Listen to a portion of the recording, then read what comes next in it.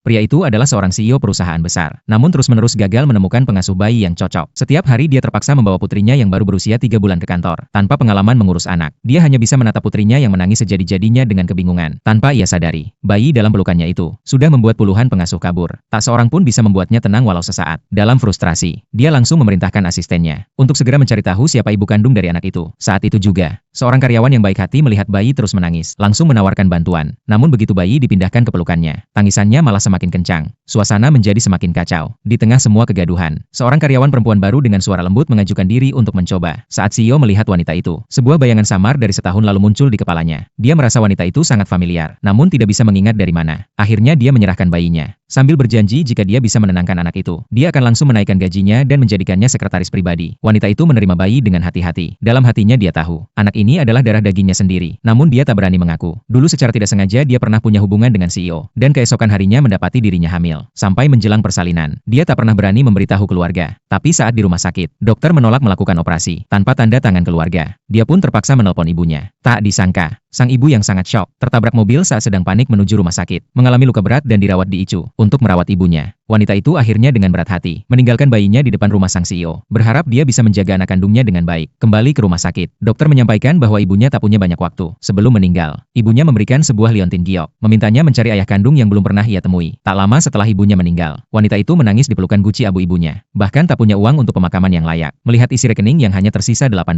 dia membawa abu ibunya keliling mencari pekerjaan agar bisa membayar makam untuk ibunya. Dia melamar ke banyak tempat, akhirnya diterima di perusahaan besar, tanpa tahu bahwa CEO tempatnya bekerja adalah ayah dari anaknya sendiri. Saat itu hasil tes DNA sudah membuktikan bahwa bayi yang ditinggalkan di depan rumah adalah anak kandung sang CEO. Kakek dari CEO yang sudah lama mendambakan cicit, langsung menyayangi bayi itu setengah mati. Namun karena sejak lahir tak pernah mendapat kasih sayang ibu, bayi itu tumbuh sangat rewel. Puluhan pengasuh tak ada yang mampu mengatasinya. CEO pun akhirnya memilih membawa anaknya sendiri ke kantor. Dan itulah awal mula cerita ini. Tak disangka, bayi yang tak pernah bisa ditenangkan siapapun, begitu berada di pelukan karyawan baru itu, langsung diam dan tertidur lelap. Semua orang terkejut bukan main. CEO pun tak menyangka ada orang yang bisa menenangkan anaknya dengan mudah. Dia langsung memerintahkan untuk menaikkan gaji wanita itu menjadi $50.000 dan memindahkannya menjadi sekretaris pribadi agar bisa membawa anak setiap saat. Wanita itu merasa pahit dalam hati karena kedekatan ini adalah hal yang selama ini ia impikan. Namun CEO kemudian berkata bahwa semua ini hanya sementara. Dia akan segera menemukan ibu kandung sang bayi. Mendengar itu, hati wanita itu langsung nyeri. Ingin rasanya dia mengaku bahwa dirinya lah ibu kandungnya. Namun dia tahu CEO sudah memiliki tunangan. Akhirnya dia menahan diri, menelan semua kebenaran dalam diam. Tanpa ia ketahui, sebenarnya CEO sudah beberapa kali menolak wanita licik itu. Tapi wanita itu sama sekali tak tahu malu dan terus mengejar. Yang lebih tak terduga lagi, wanita itu ternyata adalah orang yang tak sengaja menabrak ibu dari wanita muda itu. Setelah tahu kebenarannya, dia mulai panik dan ketakutan. Namun saat melihat CEO semakin mempercayai sekretaris barunya, rasa cemburu dan takut pun berubah menjadi